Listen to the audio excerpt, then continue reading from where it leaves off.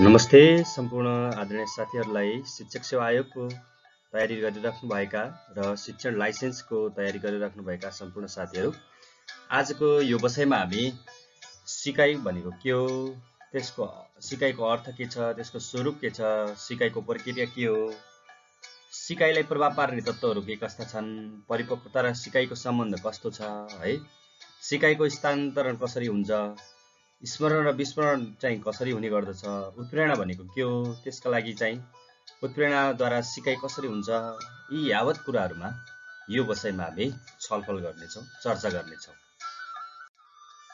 अब सिकाइको अर्थ के हो त भन्दाखेरि, अब सिकाइलाई सामान्यतया अध्ययन, शिक्षा र अनुभवद्वारा ज्ञान, सिप र विश्वासहरू प्राप्त गर्ने प्रक्रियालाई नै सिकाइ भनिन्छ है। अध्ययन गरेर हुन्छ वा शिक्षा प्राप्त गरेर हुन्छ वा अनुभवद्वारा आफूले पनि कुनै भोगेर हुन सक्छ हैन, त्यसबाट प्राप्त गर्ने ज्ञान, सिप र विश्वासलाई चाहिँ सिकाइको रूपमा लिन सकिन्छ। विद्वत अनुसन्धान र विकसित ज्ञान, वातावरणीय प्रतिक्रियाद्वारा गरिएको व्यावहारिक परिवर्तन तथा वातावरणलाई परिवर्तन गर्न गरिएको प्रयास लगायतका समायोजनका लागि चाहिने साधनलाई सिकाइ भन्ने गरिन्छ।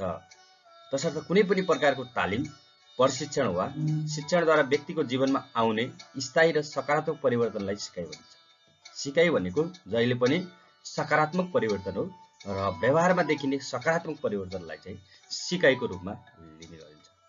सिकाइका लागि मुख्य रूपले सैद्धान्तिक ज्ञान, व्यावहारिक सिप र सकारात्मक धारणाको आवश्यकता पर्छ। उसले चाहिँ सिद्धान्त के सिक्यो हैन, व्यावहारिक सिपमा चाहिँ के उसले चाहिँ के कुरामा प्रयोग गर्न सक्यो हैन सिकारुले, र सकारात्मक धारणाका विकास गर्न सकेन, त्यसको चाहिँ आवश्यकता महत्त्वपूर्ण रूपमा रहन्छ। त्यसैले सिकाइ भनेको व्यवहारमा देखिने सकारात्मक परिवर्तन, समग्रमा सिकाइ भनेको व्यवहारमा देखिने सकारात्मक परिवर्तन नै सिकाइ हो। अब सिकाइका विभिन्न परिभाषाहरू रहेका छन्। मुनका अनुसार सिक्नु भनेको व्यवहार र अनुभवमा परिवर्तन गर्नु, आफ्नो व्यवहार, कार्यकुशलता र अनुभवमा पनि पहिलेको अनुभवभन्दा फरक अनुभव भयो भने त्यसमा परिवर्तन आउनु चाहिँ सिकाइ हो भन्ने कुरा मूलले राखेका छन्। अनि स्किनरले चाहिँ प्रगतिशील व्यवहारको अनुकूलन गर्ने प्रक्रिया नै सिकाइ हो। प्रगतिशील भनेको जो व्यवहारमा जीवनमा चाहिँ काम लाग्ने हुन सक्छ, व्यवहारमा आउन सक्ने हुन सक्छ, सकारात्मक परिवर्तन हुन सक्छ, त्यसलाई चाहिँ अपनाउने प्रक्रिया नै सिकाइ हो भन्ने कुरा राखेका छन्। क्रो एन्ड क्रोरे बानी, ज्ञान तथा अभिवृद्धिहरूको प्राप्ति चाहिँ सिकाइ हो भन्ने कुरा गरेका छन्। त्यसै गरेर गेट्सले चाहिँ सिकाइ अनुभव तथा प्रशिक्षणद्वारा गरिने व्यवहारको परिवर्तन हो भन्ने कुरा गरेका छन्। अनुभवबाट र प्रशिक्षणबाट वा तालिमबाट गरिने व्यवहारको परिवर्तनलाई जोड दिएका छन्। यसरी समग्रमा हेर्दाखेरि व्यवहार परिवर्तन, सकारात्मक व्यवहार परिवर्तनलाई हामीले सिकाइको रूपमा लिन सक्छौँ। अब सिकाइको प्रक्रिया कस्तो हुन्छ त भन्दाखेरि, प्रक्रिया भनेको के हो त भन्ने सन्दर्भमा सिकाइका लागि आवश्यक पर्ने पक्षहरू, सिकाइका लागि आवश्यक पर्ने तत्त्वहरू वा सिकारुका क्रियाकलापहरूको जुन समष्टिगत स्वरूप छ, रूपलाई हामीले सिकाइको प्रक्रियाको रूपमा लिन्छ। अब व्यवहारवादीहरूका अनुसार हेर्ने हो भने प्याभलोभले चाहिँ आफ्नो क्लासिकल कन्डिसनिङ लर्निङ थ्योरीमा प्राणीलाई बारम्बार कुनै उत्तेजनाप्रति प्रतिक्रिया देखाउन लगाई अभ्यस्त गर्न सकिएमा सिकाइ हुन्छ भन्ने कुरा राखेका छन्। त्यस्तै थर्नडाइकले चाहिँ आफ्नो प्रयत्न र भूल सिकाइ सिद्धान्तमा सिकाइका क्रममा विभिन्न त्रुटिपूर्ण क्रियाकलापहरूमध्ये सही क्रियाकलापको छनौट गर्न सक्ने अवस्थालाई चाहिँ सिकाइको रूपमा लिएको देखिन्छ। अब यसरी हेर्दाखेरि ग्याग्नेले चाहिँ आफ्नो सिकाइको प्रक्रिया यसरी चाहिँ उल्लेख गरेका छन्। सिकाइको ग्याग्नेद्वारा प्रतिपादित प्रक्रियाहरूमा चाहिँ विभिन्न चरणहरू दिएका छन्। उनले चाहिँ 8वटा चरणहरूमा उनले चाहिँ अभिव्यक्त गरेका छन्। पहिलो कुरा त उत्प्रेरणा चाहिन्छ हैन। सिकाइको लागि प्रथम चरण भनेको उत्प्रेरणा हो हैन। पूर्व ज्ञान र रुचिका आधारमा चाहिँ सिकाइ चाहिँ कुनै कुराको प्रति उत्प्रेरित भयो भने चाहिँ उत्प्रेरणा हो। त्यसपछि बोध गर्ने कुरा चाहिँ रह्यो। उत्प्रेरित भइसकेपछि त्यो प्रक्रिया कसरी हुन्छ, त्यसमा चाहिँ के कस्ता कुराहरू पर्छन् भन्ने कुराको जानकारीका कुराहरू चाहिँ हैन, यसमा चाहिँ विभिन्न क्रियाकलापहरू सञ्चालन गर्ने कुरा चाहिँ बोध अन्तर्गत पर्यो। त्यसपछि प्राप्ति, त्यो गरिसकेपछि क्रियाकलापहरू गरिसकेपछि हैन, शिक्षण सिकाइ गर्दाखेरि त्यस्ता चाहिँ इन्द्रियजनहरूबाट सूचना प्राप्त गर्ने, विचारहरू प्राप्त गर्ने हैन, अल्पकालीन र दीर्घकालीन स्मृतिमा चाहिँ ती प्राप्ति, विचारहरू, सूचनाहरू प्राप्त गर्ने कुरा चाहिँ रहने। त्यसपछि धारण गर्ने सूचना वा तथ्यहरूलाई चाहिँ साङ्केतिक रूपमा दीर्घकालीन स्मृतिमा भण्डार गर्ने प्रक्रियालाई चाहिँ धारण भनिन्छ। यो धारण गर्ने प्रक्रिया निकै महत्त्वपूर्ण हुने गर्छ। त्यस धारण गरेका कुराहरूलाई चाहिँ रिकल गरिराख्ने वा स्मरण प्रत्याह्वान गरिराख्ने पुनः स्मरण गर्ने प्रक्रिया त्यो 5औं चरणमा हुन्छ भने अब धारण गरिसकेपछि हैन प्रत्याह्वान रिकल गरिसकेपछि कुनै कुरालाई पनि सामान्यकरण गर्ने कुराहरू जस्तै एउटा परिवेशमा सिकेको कुरालाई अर्को परिवेशमा चाहिँ नयाँ परिस्थितिमा प्रयोग गर्न सक्ने स्थिति चाहिँ सामान्यकरण हो। त्यसपछि त्यो हुन्छ। अनि सामान्यकरण भइसकेपछि कार्य सम्पादनमा त्यो चाहिँ व्यवहारमा पनि देखिन्छ। कार्य सम्पादनमा चाहिँ कुराहरूलाई चाहिँ व्यवहारमा पनि हेर्न सकिन्छ है। उच्च दक्षताका साथ प्रयोग गर्न सकिने स्थिति कार्य सम्पादनको स्थिति हो। र अन्तिममा कार्य सम्पादन गरिसकेपछि पुराना सम्पूर्ण चाहिँ अनुभव र ज्ञानको आधारमा पृष्ठपोष आफूलाई नै सिकारुले हामी त्यो कार्य सम्पादन गरेका आधारमा सबल पक्ष के रहे र दुर्बल पक्ष के रहे त भन्ने कुरा चाहिँ यसले पृष्ठपोष अन्तर्गत प्राप्त गर्छ। यसरी ज्ञानले सिकाइको प्रक्रियाका अन्तर्गत उत्प्रेरणा, बोध गर्नु, प्राप्ति, धारण, प्रत्याह्वान, सामान्यकरण, कार्य सम्पादन र पृष्ठपोषण गरेर 8वटा चरण रूपमा विभाजन गरेको पाइन्छ। अब सिकाइका विशेषता के हुन्छ भन्दाखेरि सिकाइ सर्वव्यापक हुन्छ, सबैमा घट्न सक्ने। त्यस्तै सिकाइ निरन्तर प्रक्रिया हो। एकचोटि सिक्यो भन्दैमा त्यो त्यतिकै रहन्छ भन्ने हुँदैन। सिकाइ निरन्तर जीवनभरि रहन्छ। सिकाइ उद्देश्यपूर्ण हुन्छ। यो सकारात्मक भएकोले उद्देश्यपूर्ण हुन्छ। सिकाइ वातावरणको उत्पादन हो। परिवेश अनुसारको वातावरणमा जस्तो परिवेश छ त्यही अनुसारको चाहिँ अगाडि बढ्न सक्छ सिकाइ परिपक्वतामा निर्भर गर्छ। व्यक्ति परिपक्व हुँदै गर्दाखेरि शारीरिक वृद्धिसँगै मानसिक विकास हुँदै गर्दाखेरि सिकाइको क्षमता पनि बढ्दै जान्छ। सिकाइ समायोजन तथा विकास हो। सिकाइले चाहिँ नयाँ कुराहरू सिक्न सक्ने, नयाँ कुराहरूलाई चाहिँ एक्सेप्ट गर्ने है, त्यस्तो चाहिँ सिकाइले समायोजन तथा विकासको प्रक्रिया पनि सिकाइ हो। अनि सिकाइ जीवन पर्यन्त चलिरहने प्रक्रिया हो। एकचोटि सिकेर चाहिँ पूर्ण हुँदैन, जीवनभरि चलिरहने प्रक्रियाको रूपमा यसलाई लिइन्छ। अब सिकाइमा प्रभाव पार्ने तत्त्वहरू के छन् त भन्दाखेरि पहिलो हो व्यक्तिगत कारक तत्त्व। व्यक्तिगत तत्त्वले भने व्यक्तिको उमेर भयो, रुचि भयो, क्षमता, आवश्यकता, उसको शारीरिक, बौद्धिक, संवेगात्मक आदि पक्षको चाहिँ हैन उसको वातावरण र वंशानुको गुण सिकाइ प्रक्रियामा प्रभाव पार्ने तत्त्व हो। जस्तै व्यक्तिको स्वास्थ्यले प्रभाव पार्छ हैन, उसको शारीरिक सुगठन चाहिँ कस्तो छ, बौद्धिक स्तर कस्तो छ, सिकाइको उमेर, अब उमेर बढ्दै जाँदा सिकाइ कम हुन्छ भने हैन, उमेर घट्दो उमेरमा चाहिँ सिकाइ, प्रारम्भिक उमेरमा चाहिँ सिकाइ अलिक बढी हुन्छ। अनि सिकाइको अभिरुचिको कुरा हो, त्यो प्रति चाहिँ तादारुक कति छ भन्ने कुरा, इच्छा शक्ति हैन, विषय बौद्धिक सामर्थ्यको कुराहरू, सिकाइको लिङ्गले पनि प्रभाव पार्छ। सामाजिक भूमिकाका आधारमा त्यसले प्रभाव पार्ने हो। यी कुराहरू चाहिँ व्यक्तिगत कारक तत्त्व अन्तर्गत। मानसिक कारक तत्त्व मस्तिष्कको क्षमता कस्तो छ त्यसले पनि गर्दछ हैन, किनभने हरेक व्यक्तिको मानसिक स्तर फरक हुने गर्छ। मानसिक क्षमताले तर्क गर्ने, सम्झने, समस्याको समाधान गर्न सक्ने, कल्पना गर्ने यस्ता गुणको विकासलाई जनाउँछ। त्यसैले यस्ता कुराहरू चाहिँ वंशानुगत गुणहरू कस्तो छ, घरेलु वातावरण, सामाजिक वातावरण कस्तो छ, व्यक्तिले पोषण तथा पारिवारिक अवस्था कस्तो छ, शैक्षिक स्तर कस्तो छ हैन, व्यक्तिको स्वास्थ्य, शारीरिक अवस्था कस्तो छ, उसको मानसिक क्षमतालाई यी कुराहरूले पनि वृद्धि गर्न सहयोग गर्छ। त्यसैले दोस्रो तत्त्व हो मानसिक कारक तत्त्व। तेस्रो संवेगात्मक तत्त्व हैन, माया, प्रेम, हर्ष, दया, आनन्द, सुखदायी संवेग, क्रोध हुन् भने क्रोध, ईर्ष्या, डाह आदि चाहिँ दुखदायी संवेग। अब व्यक्तिले चाहिँ सुखदायी संवेग भयो भने त्यहाँ सिकाइ राम्रो हुन्छ र क्रोध, ईर्ष्या, डाह जस्ता चाहिँ दुखदायी संवेगहरू भयो भने त्यसले चाहिँ सिकाइलाई अलिक कम प्रभावित पार्छ, सिकाइ राम्रो हुँदैन भन्नु। अब शिक्षकको व्यक्तित्वले पनि फरक पार्छ।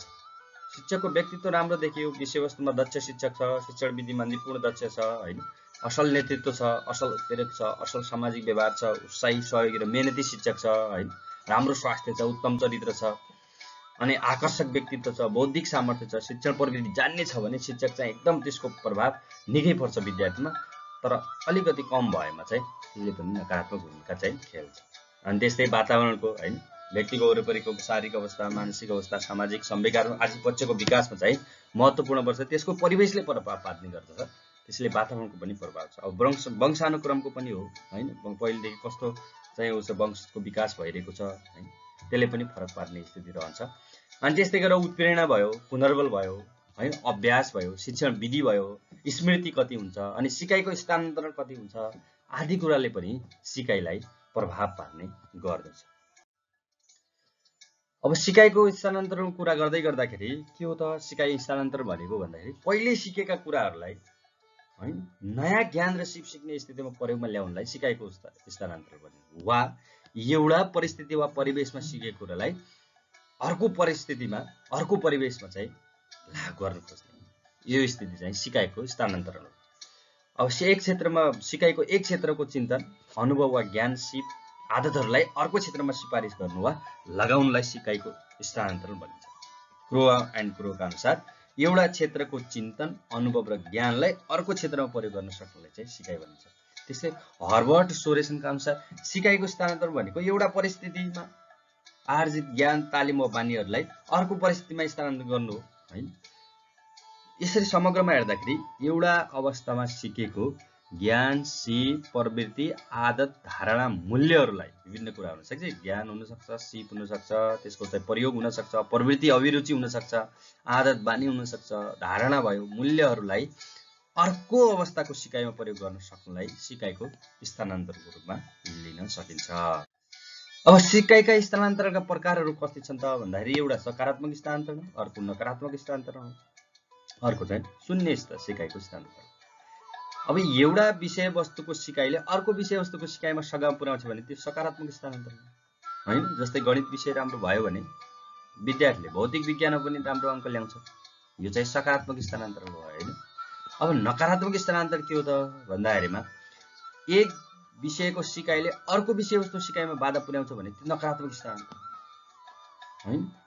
पूर्व अनुभव वा ज्ञानको नयाँ अनुभव वा ज्ञान प्राप्त गर्नमा मद्दत पुर्याउनुको सट्टा बाधा र व्यवधान पुर्याउँछ भने त्यो नकारात्मक स्थानान्तरण। जस्तै नेपाली व्याकरण सिकेको बालकले अनि अङ्ग्रेजी व्याकरण सिक्दै गर्दा नेपाली व्याकरणको कारणले चाहिँ अर्को भाषाको चाहिँ बाधा पुर्यायो भने त्यो चाहिँ नकारात्मक स्थानान्तरण।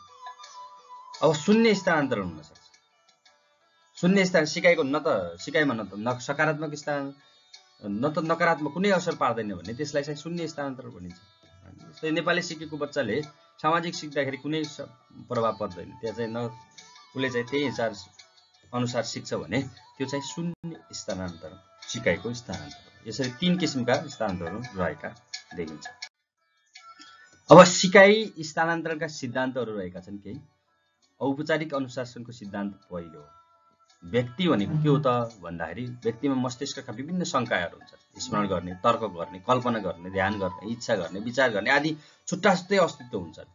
यसको सङ्गठनात्मक स्वरूप मानिसको व्यक्तित्व हो। यस्ता शङ्काहरू यदि अनुशासित भइदिएमा सिकाइ पनि सहज हुने गर्दछ होइन। जुनसुकै सिकाइले पनि मस्तिष्कका शङ्काहरूलाई अनुशासित गर्दछ र यिनीहरूलाई सक्षम बनाउँछ। त्यसैले पहिला यस्ता चाहिँ व्यक्तिका यस्ता शङ्काहरू जुन छन्, स्मरणको तर्क, कल्पना, ध्यान, इच्छा, विचार आदि चाहिँ गर्ने मस्तिष्कको संयन्त्र चाहिँ यदि सहज र सरल अनि अनुशासित भइदिएमा त्यसपछि सिकाइ सहज हुन्छ भन्ने सिद्धान्त चाहिँ औपचारिक अनुशासनको सिद्धान्त हो। यसलाई चाहिँ थ्योरी अफ फ्याकल्टी साइकोलोजी और theory of faculty of mind पनि भन्ने गरिन्छ। अब समान तत्त्वको सिद्धान्त, यो सिद्धान्तलाई 1913 मा थर्नडाइकले प्रतिपादन गर्नुभएको प्रयत्न र भूल सिद्धान्तमा आधारित मानिन्छ र यसले के गर्छ भने दुईटा विषयवस्तुका बीचमा स्थानान्तरणका लागि समान विषयवस्तु समानता छ बढी छ मात्र बढी छ भने त्यही सिकाइ पनि बढी हुन्छ, असमानता बढी छ भने सिकाइ कम हुन्छ भन्ने। जति बढी समानता हुन्छ त्यति बढी स्थानान्तरण पनि हुन्छ भन्ने मान्यता समान तत्त्वको सिद्धान्तले राख्ने गर्छ। अर्को छ सामान्यकरणको सिद्धान्त। यो चाहिँ 1905 मा चार्ल्स एच डुडले प्रतिपादन गरेका थिए हैन। अब कस्तो छ भन्दाखेरि सामान्यकरण बढी भयो भने सिकाइ पनि बढी हुन्छ, सामान्यकरण कम भयो भने हैन सिकाइ पनि बढी। सिकाइ खास परिस्थितिमा प्राप्त गरिन्छ जसमा सिकार विशिष्ट परिस्थितिमा उत्पन्न भएका समस्यालाई समाधान गर्न, जस्तै कलम समाउनु, टोपी समाउनु। खास परिस्थितिमा सामान्यकरण गर्न सक्यो भने त्यो चाहिँ के भयो, सिकाइ बढी भयो। सामान्यकरण हुन सकेन भने सिकाइ पनि कमजोर भएर जान्छ। अब सामान्य र विशिष्ट तत्त्वको सिद्धान्त। अब कुनै दुईवटा विषयवस्तु छन्, यो चाहिँ स्पेयरम्यानले प्रतिपादन गरेका थिए। दुईटा विषयवस्तु छन्, त्यसमा दुईटा गुण हुन्छ, एउटा सामान्य गुण हुन्छ, एउटा विशिष्ट तत्त्वहरू हुन्छन्, एउटा सामान्य तत्त्व हुन्छ। सामान्य तत्त्व भनेको दुईटै विषयवस्तुसँग मेल खाने तत्त्वहरू हो भने विशिष्ट तत्त्व भनेको एउटा विषयसँग सम्बन्धित मात्र तत्त्वहरूलाई विशिष्ट। यदि त्यो दुई विषयवस्तुमा सामान्य तत्त्वको बढी मात्रा छ भने त्यहाँ स्थानान्तरण पनि बढी हुन्छ, तर विशिष्ट तत्त्व बढी छन् भने त्यहाँ सामान्यकरण पनि कम हुने गर्दछ।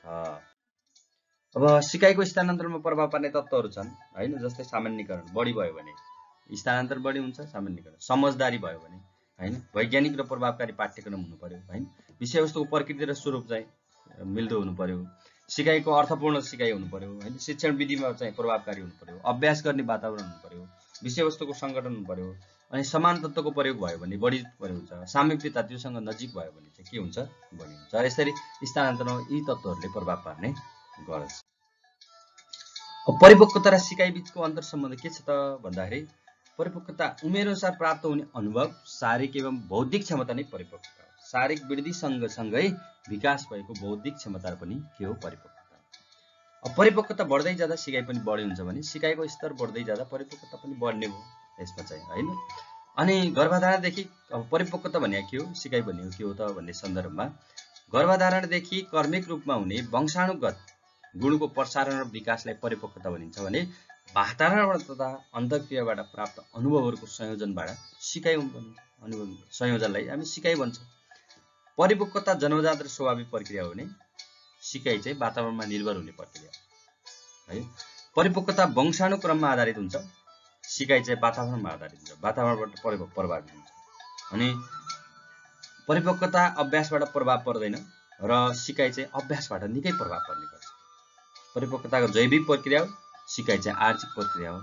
अनि परिपक्वता परिमाणात्मक वृद्धिसँग सम्बन्धित छ, सिकाइ चाहिँ त्यसको गुणात्मक विकाससँग सम्बन्धित छ, गुणात्मक प्रोसेससँग सम्बन्धित हुने गर्दछ। अब स्मृतिको कुरा गरौँ। स्मृति भनेको के हो त भन्दाखेरि कुनै पनि चिज वा वस्तुलाई सम्झनमा ल्याउनु, याद गर्नु, पुनः प्रयोग गर्न सक्नुलाई स्मृति भनिन्छ। एउटा यस्तो मानसिक प्रक्रिया हो स्मृति जसमा प्राणीले आफ्ना बितेका अनुभवहरूलाई वर्तमान आवश्यकता अनुसार प्रयोगमा ल्याउन सक्छ र अचेतनमा रहेका कुराहरूलाई चेतन दिमागमा ल्याउनलाई स्मृति भनिन्छ। यसले पुराना घटनाहरू, नामहरू, विचारहरू, कामहरू, अनुभवलाई सम्झन सहयोग गर्छ। अब म्याकडुगलका अनुसार भन्ने हो भने विगतका अनुभवहरूलाई, गरिएका घटनाहरूलाई कल्पना र विगतको अनुभव जस्तै गरी सम्झेर सक्नु स्मृति हो। त्यसैले सिकाइमा यसको पनि स्मृतिको पनि महत्त्वपूर्ण भूमिका रहन्छ। अब स्मृतिका प्रकारहरू के छन् भन्दाखेरि तीनवटा प्रकार विशेष महत्त्वपूर्ण छन्, संवेगिक स्मृति, लघु स्मृति र दीर्घ स्मृति। अब संवेगिक स्मृति भनेको के हो भन्दाखेरि कुनै पनि कुरालाई देखेर, सुँघेर, सुनेर, छोएर, अनुभव गरेर सबैभन्दा पहिला ग्रहण गर्नुलाई वा सम्झनुलाई संवेगिक स्मृति भनिन्छ। इन्द्रियहरूले अनुभव गर्ने स्मृतिलाई संवेदिक स्मृति भनिन्छ। कुनै कुरालाई छोयो, त्यहाँनिर एउटा अनुभव प्राप्त भयो भने त्यो चाहिँ संवेगिक स्मृति हो, यानि कि यो इन्द्रियहरूबाट प्राप्त हुने स्मृति। लघु स्मृति भनेको कुनै कुरालाई छोटो अवधिको लागि स्मरणमा ल्याउनुलाई चाहिँ लघु स्मृति भनिन्छ। यो चाहिँ संवेगिक स्मृतिबाट हस्तान्तरित भएर आएका हुन्छन् र इन्द्रियहरूले मस्तिष्कमा सूचना पठाएर छोटो समयको लागि सम्झनु लघु स्मृति। अब त्यसपछि छ दीर्घ स्मृति। लघु स्मृतिबाट हस्तान्तरित भएर मस्तिष्कमा रहनुलाई दीर्घ स्मृति, लामो समयसम्म रहने स्मृतिहरू दीर्घ स्मृति हुन्। लघु स्मृतिले आफ्नो भण्डारमा धेरै समयसम्म राख्न सक्दैन र ज्यादै महत्त्वपूर्ण कुराहरूलाई चाहिँ दीर्घ स्मृतिमा पठाउने गर्दछ, त्यसलाई हामीले दीर्घ स्मृति। स्मृतिलाई प्रभाव पार्ने तत्त्वहरू छन्। सिकाइ हो पहिलो चाहिँ, अर्थपूर्ण सिकाइ, सङ्गठित सिकाइ, अध्यात्म आधारित पुनर्बलयुक्त सिकाइ भयो भने स्मृति पनि राम्रो हुन्छ। अनि धारण गर्ने, त्यसलाई चाहिँ आफ्नो मस्तिष्कमा ग्रहण गर्ने प्रक्रिया राम्रो भयो भने सिकाइ राम्रो हुन्छ। प्रत्याह्वान यानि कि रिकल भनेको स्मरण गर्ने प्रक्रिया राम्रो भयो, स्मृति दोहोरिराख्यो होइन, गरिराख्यो भने स्मृति राम्रो हुन्छ। अनि मान्यता दिने, त्यो विषयवस्तुलाई चाहिँ दोहोऱ्याएर पढिरहने, दोहोऱ्याएर अनुभव गरेका जस्ताको त्यस्तै बताउन सक्ने होइन, अनि त्यसलाई मान्यता दिइराख्ने हो भने स्मृति पनि के हुन्छ, प्रभावकारी हुने गर्छ। अब स्मृतिका प्रक्रियाहरू के छन् त भन्दाखेरि पहिले चेतनाबाट प्राप्त गर्छ, इन्द्रियहरूबाट प्राप्त हुन्छ कुनै चिज, कुनै ज्ञान प्राप्त हुन्छ, विचार प्राप्त हुन्छ, आदि कुराहरू प्राप्त हुन्छ। त्यसमा चाहिँ मस्तिष्कले सङ्केतन गर्दछ, प्राप्ति भइसकेपछि सङ्केत गर्ने, त्यसलाई भण्डारण, त्यसपछि भण्डारण गर्ने काम गर्छ होइन, सङ्केतन गर्ने, आफूभित्र राख्ने र त्यसपछि भण्डारण गर्ने हुन्छ। त्यसपछि त्यही भण्डारण गरेको कुरालाई पुनः प्राप्ति गर्ने, स्मृति गर्ने आदि काम स्मृतिको प्रक्रियाहरू हुन्छ। अब विस्मरण भनेको के हो त भन्ने कुरा आयो। बितेका अनुभवहरू सम्झमा ल्याउन नसक्ने काम विस्मरण हो। बिर्सनु सामान्यतः एउटा मानसिक प्रक्रिया हो हैन। जति सम्झन खोज्दाको पनि स्मरणमा नआउने प्रक्रिया चाहिँ विस्मरण हो। यो दुईटा तरिकाले हुने गर्छ। एउटा सैद्धान्तिक कारण छ, एउटा सामान्य कारण छ। अब सैद्धान्तिक कारण भनेको के हो भने अप्रयोगको कारण। कुनै कुरा सिकेर लामो समयसम्म प्रयोग नगरेमा त्यो विस्मरण हुँदै जान्छ। अनि हस्तक्षेपको सिद्धान्त दोस्रो छ। कुनै कुरा सिकेर तुरुन्तै अर्को मानसिक प्रक्रिया गरिन्छ भने त्यहाँ विस्मरण हुन्छ। त्यसमा धेरै अभ्यास गरिएन, कुनै कुरा सिक्दै गयो, विषयवस्तु सिक्दै गयो, तर त्यसमा धेरै अभ्यास गरेन, अर्को विषयवस्तुतिर लाग्यो भने त्यहाँनिर चाहिँ अर्को विषयवस्तुले हस्तक्षेप गर्छ र सिक्न विस्मरण हुने गर्छ। अनि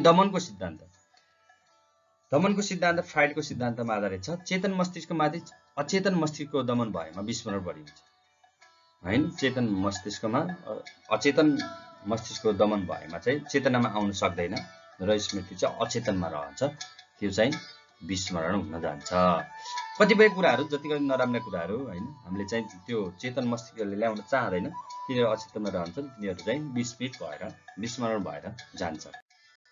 अब सामान्य कारणहरू पनि छन् यसका हैन। सिकाइ सामग्रीको प्रकृति कस्तो छ त्यो अनुसार पनि सिकाइ हुन्छ, सिकाइ विधि कस्तो छ, रोचक छ कि छैन त्यो अनुसार पनि हुन्छ।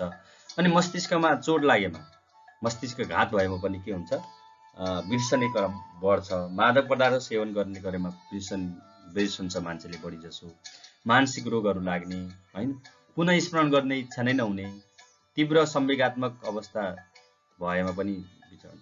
मौखिक साहचर्यको अभाव भएमा, मौखिक रूपमा चाहिँ त्यसलाई अभिव्यक्त नगरेमा पनि सामान्यतः मान्छेले विस्मरण गर्ने गर्दछ। अब अर्को छ उत्प्रेरणा सिद्धान्त। सिकाइलाई प्रभाव पार्ने सबैभन्दा महत्त्वपूर्ण पक्ष हो उत्प्रेरणा। र उत्प्रेरणा सिद्धान्तको हेर्दाखेरि उत्प्रेरणा के हो त भन्दाखेरि यो एउटा सिकाइ वातावरणीय प्रक्रिया हो। प्रभावकारी रूपमा सिकाइ हुनका लागि उत्प्रेरणा निकै आवश्यकता पर्दछ। जबसम्म उत्प्रेरणा हुँदैन तबसम्म राम्रो सिकाइ पनि हुन सक्दैन। अब उत्प्रेरणाको अर्थ भनेको के हो त भन्दाखेरि अंग्रेजी नेपाली शब्दलाई उत्प्रेरणा शब्द अंग्रेजीको मोटिभेसन शब्दबाट रूपान्तरित भएको छ। अब यो मोटिभेसन शब्द चाहिँ ल्याटिन भाषाको मोभियर शब्दबाट आएको छ, जसको अर्थ टु मुभ यानी कि गति लिनु, क्रियाशील हुनु। यसरी हेर्दाखेरि सिकारुलाई आफ्नो लक्ष्यप्रति क्रियाशील बनाउने र तत्त्वलाई चाहिँ हामीले उत्प्रेरणा भन्छौँ। सिकाइलाई सिकाइ हुनका लागि, सिकाइ गर्नका लागि उत्प्रेरित बनाउने तत्त्वलाई चाहिँ हामीले उत्प्रेरणाको रूपमा लिन सक्छौँ। अब उत्प्रेरणाका प्रकारहरू हेर्दाखेरि एउटा छ आन्तरिक उत्प्रेरणा छ। पहिलो यो जसलाई सकारात्मक उत्प्रेरणा भन्छ। व्यक्ति भित्रैबाट चाहिँ आफै भित्रबाट उब्जिएको उत्प्रेरणा चाहिँ आन्तरिक उत्प्रेरणा हैन।